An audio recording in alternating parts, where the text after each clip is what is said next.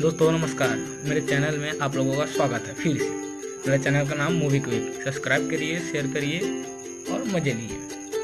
जैसे मैंने आपको बताया था नेक्स्ट वीडियो में एक और मोटूल का, ये है वो मोटूल का। अब देख लीजिए मोटूल MC केयर। ये मोटूल ने नया निकाला, ये है टायर रिपेयर। ये यहाँ लिखा हुआ देख लीजिए, टायर रिपेयर।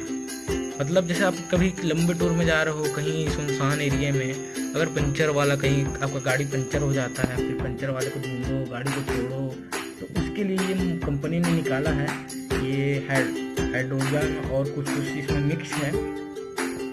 ये जैसे इसको यूज़ करने का तरीका ये है, आधा इसमें पूरा इतना, कम से कम इतना, जैसे टायर आपका पंचर होता है तो इतना पूरा इसमें अपने टायर में डाल दीजिए और इसके बाद चलिए 100 किलोमीटर तक ये चला सकते हैं। ये डालने के बाद ये मोटूल टायर रिपेयर है। ये कोई लिक्विड है, नाइट्रोजन प्लस और कुछ मिक्स करके बनाया गया है हम कंपनी के द्वारा। ये नया आइटम आया है, अब ट्राई करिए। मैंने तो अभी तक ट्राई नहीं किया है।